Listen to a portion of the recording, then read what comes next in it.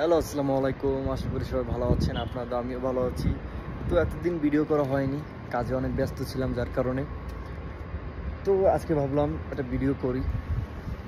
তো আগে যেখানে ছিলাম ওইখান থেকে ট্রান্সফার করে আপনার অন্য কফি শপে আসলাম।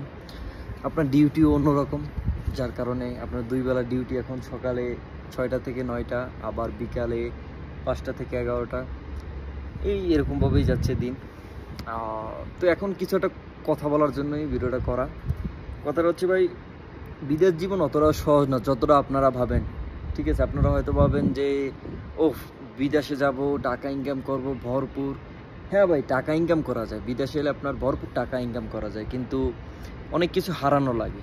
যদি এইটার ক্ষমতা থাকে তাহলে বিদেশ আসবেন, যে আমি অনেক টাকা কামাবো।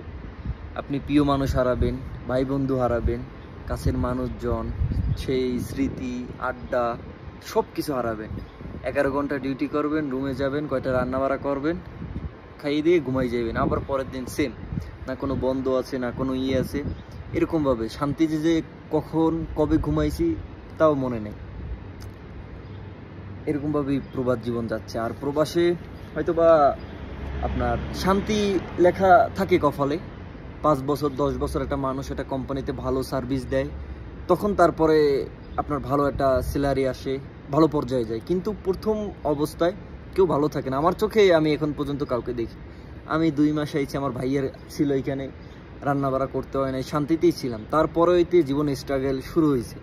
আর আল্লাহর রহমতে এখন ওই স্ট্রাগলটাই আমি বুঝতে পারছি। নিজে বাজার করা, রান্নাবাড়া, সব কিছু নিয়েই শান্তি ইনশাল্লাহ হবে।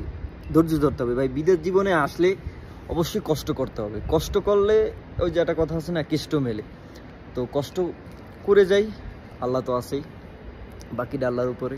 তো দোয়া করবেন আমার জন্য সবাই, আর চেষ্টা করব ভিডিও করার জন্য, বাকিটা আল্লাহর উপর। সো ধন্যবাদ সবাইকে।